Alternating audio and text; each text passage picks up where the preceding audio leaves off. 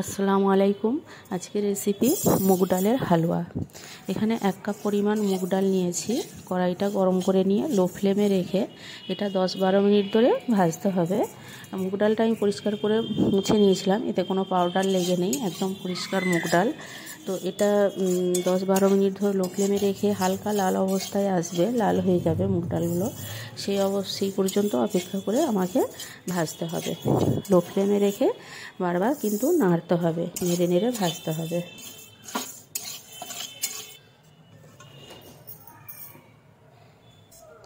এবার এইটা আমি মিক্সচার মেশিনে ডাস্ট করে নিচ্ছি। এটা আর এক পদ্ধতিও করা যায়, একটু এরকমভাবে ভেজে নিয়ে আর মুগ ডালটা ধুয়ে নিয়ে কিছুক্ষণ ভিজিয়ে রেখে তারপরে পেস্ট বানিয়ে নিয়েও করা যায়। তবে এইভাবে ডাস্ট বানিয়ে করলে খুব সহজে বানানো হয় এবং খেতেও খুব ভালো লাগে। আর এখানে আমি 100 গ্রাম পরিমাণ ঘি গরম করে নিয়ে এখানে 1 চামচ সুজি নিচ্ছি। সুজিটা একটু ঘিয়ের সঙ্গে ভেজে নেব। তারপরে মুগ ডালটা যেটা গুঁড়ো করা হয়েছে সেই গুঁড়ো করা মুগ ডালটা দিয়ে দেবো। মুগ ডালটা এমনভাবে গুঁড়ো করবেন যাতে করে একদম আটার মতো না হয়ে যায়, হালকা দানা দানা থাকবে, সেই অবস্থায় মুগ ডালটা ডাস্ট করতে হবে। আর এটা সুজির সঙ্গে 1-1.5 মিনিট লো ফ্লেমে ভেজে নেব। এটা কন্টিনিউ কিন্তু নেড়ে নেড়ে হালুয়াটা বানাতে হবে।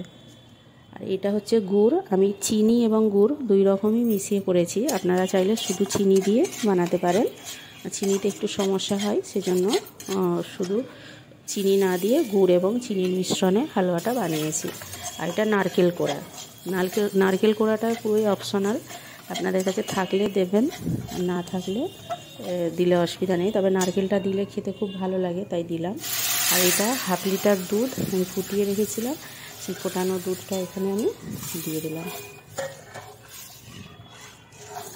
এই হালুয়াটা বানাতে গিয়ে একটুকু পানি লাগবে না, একদম শুকনো শুকনো বানানো হবে। এটা অনেক দিন পর্যন্ত রেখে খাওয়া যায়, আর শীতের সময় এই ধরনের হালুয়া খেতে খুবই ভালো লাগে। এখানে তেজপাতা, এলাচ, এটা কিশমিশ, কাজু দিচ্ছি, আর 2-3টে এলাচ দিয়ে দিলাম। দিয়ে এবার অনবরত এটাকে নাড়তে হবে। দেখছেন আস্তে আস্তে কেমন তলায় ধরে যাচ্ছে, এটা এক নাগারে নেড়ে যেতে হবে। এই হালুয়াটা বানাতে আমার 30 থেকে 40 মিনিট সময় লাগবে। এটা খোয়া ক্ষীর দিলাম, 50 গ্রাম খোয়া ক্ষীর। এই খোয়া ক্ষীরটা দিলে হালুয়ার টেস্টটা খুব ভালো হয়। আর একটু দুধে 1/2 কাপ দুধে আমি একটু জাফরান গুলিয়ে রেখেছিলাম, সেটা দিয়ে দিলাম। অল্প সামান্য 1 চামচ পরিমাণ গোলাপ পানি দিয়ে মিশিয়ে এতে দিয়ে দিলাম। আর যখন নাড়তে নাড়তে দেখবেন শুকনো শুকনো হয়ে যাচ্ছে, তখন কিন্তু আর পানি দেবেন না, পানি না দিয়ে অল্প একটু ঘি দিয়ে দেবেন।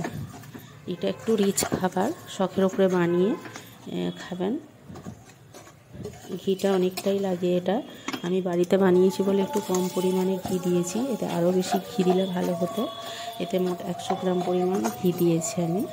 দিয়ে এটা 20-25 মিনিট ধরে এক নাগারে আমাকে নাড়তে হয়েছে, উল্টে পাল্টে লো ফ্লেমে রেখে নেড়ে নেড়ে আস্তে আস্তে কালারটাও চেঞ্জ হয়ে যাবে। আর শেষে একটু চীনা বাদাম ভাজা ছড়িয়ে দিলাম, আর চিনিটাও আমি শেষের দিকে দিয়েছি। এখানে মোট আমি 1 কাপ গুড় আর 1/2 কাপ চিনি দিয়েছি, 1.5 কাপ। গুড়েতে মিষ্টিটা একটু কম হয়, এই চিনিটা দিলাম। আর আপনারা শুধু চিনি দিলে যতটা পরিমাণ মুগ ডাল ততটা পরিমাণ চিনি দেবেন, বা তার থেকে আর একটু বেশি লাগবে।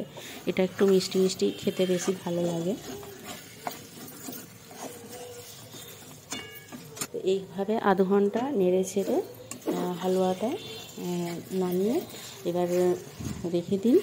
দিয়ে 4-5 দিন ধরে বা 1 সপ্তাহ ধরে অল্প অল্প করে খাবেন, এটা খুবই ভালো লাগে খেতে। এইভাবে বানাবেন, আশা করছি আপনারা বুঝতে পেরেছেন। আপনাদের সকলকে ধন্যবাদ ভিডিওটি দেখার জন্য। আর যদি ভালো লাগে প্লিজ চ্যানেলটিকে সাবস্ক্রাইব করে দেবেন। আর আমার চ্যানেলে যে রেসিপিগুলি আছে সেগুলি আপনারা দেখতে পারেন, প্রয়োজনীয় রেসিপি, আশা করছি কাজে আসবে।